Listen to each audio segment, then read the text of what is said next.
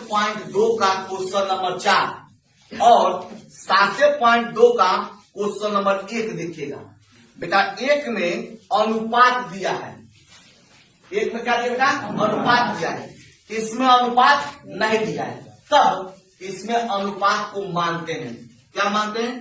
के अनुपात क्या मान ले बेटा? 1। इसको क्या मान ले बेटा? के अनुपात। x1 का मान कितना हो गया? -3। y1 का मान, m1 का मान के, m2 का मान, x2 का मान और y2 का मान। इसलिए विभाजन निर्देशांक का सूत्र क्या होता है बेटा? m1 x2 plus m2 x1 बटा m1 plus m2, m1 y2 plus m2 y1 बटा m1 प्लस क्या होगा बेटा? m2। अब बताइए आपका m1 कितना है? 3। x2 कितना है? 6। m2 कितना है? m2 कितना है? 1। और x1 कितना है? हमारे मुंह निकल दे एक से लॉजिक समझ में ना आवेला। x1 का मान कितना है बाबू? m1 प्लस m2 यानी k प्लस 1।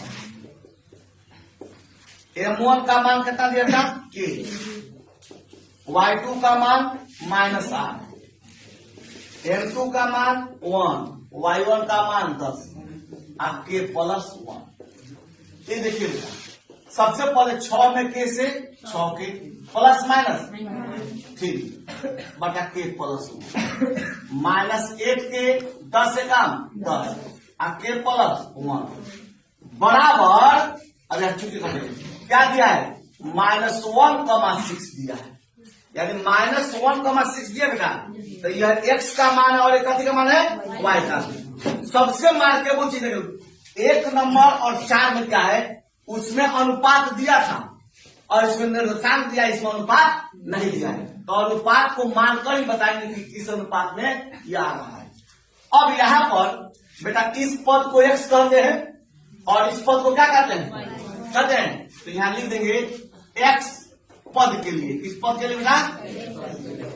6k - 3 बटा k प्लस 1 बराबर x का मान कितना दिया है? -1। ये आपका क्या हुआ? 6k - 3 -1 से गुना करेंगे k प्लस 1। 6k - 3 गुना करेंगे माइनस के, माइनस प्लस माइनस 1 का मान 6k माइनस के बाबू बराबर के जब इधर जाएंगे तो क्या होगा? प्लस के -1 और -3 लिया तो क्या होगा? +3। 6 बाई 1 कितना होगा? 7 के बराबर 2, के बराबर 2 बटा 7। इसलिए के अनुपात 1, इसके नीचे 1 छिपा करो। के अनुपात 1 यानी 2 अनुपात कितना हो बेटा? 7। यह भी निकालिएगा, y पद भी निकालिएगा, वो भी आएगा 2 बटा कितना? 2 बटा 7 यानी 2 अनुपात 7। तो किस अनुपात में है बेटा? किस अनुपात में बेटा? यहाँ पर क्या हो गया? कोई दिक्कत है? एकदम ठीक है। सवाल है बेटा, इस पर ध्यान दीजिए, बोर्ड में ये आएगा।